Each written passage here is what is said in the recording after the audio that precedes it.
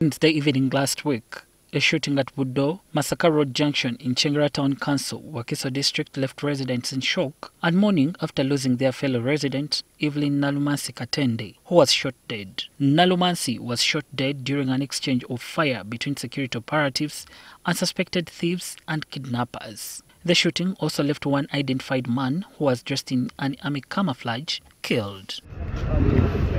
Nalumansi left two twins aged 4 years. Moses Katende, her husband, is now the father and mother of the twins. Katende says his saddest moment is when his children ask when their mother would come back home. So every time they keep asking that, a person who thought that you are healing, it hits you hard. Unfortunately, Katende has never received any condolence message from any government or security agents. Not during burial, not after, not before.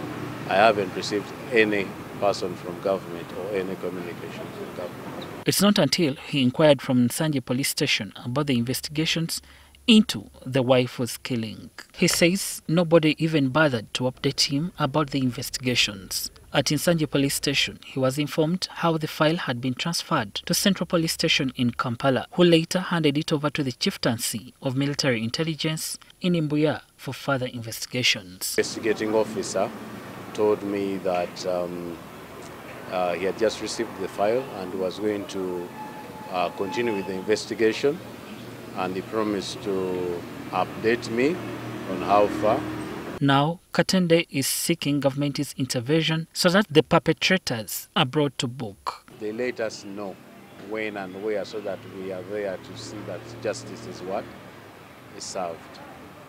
Then the second thing I would ask government to do is to take responsibility. Since these were security personnel who were the reason for my wife not being here today, they need to come in and take the responsibility that she was taking, especially financially. Earlier, police reported that one of the suspects in the shooting was arrested and had been detained at King's College Buddo police cells before being transferred to Nsanje police station on Thursday last week.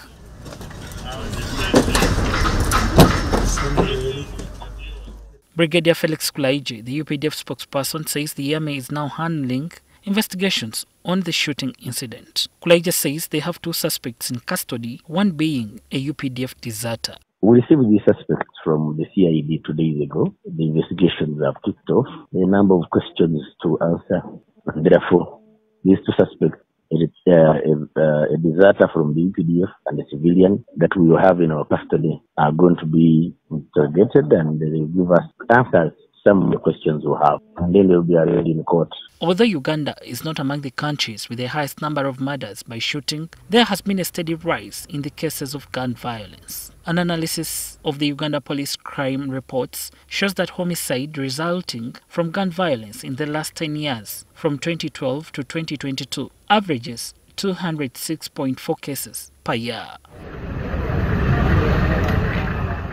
Becca Senyonga Mulinde, NTV Weekend Edition.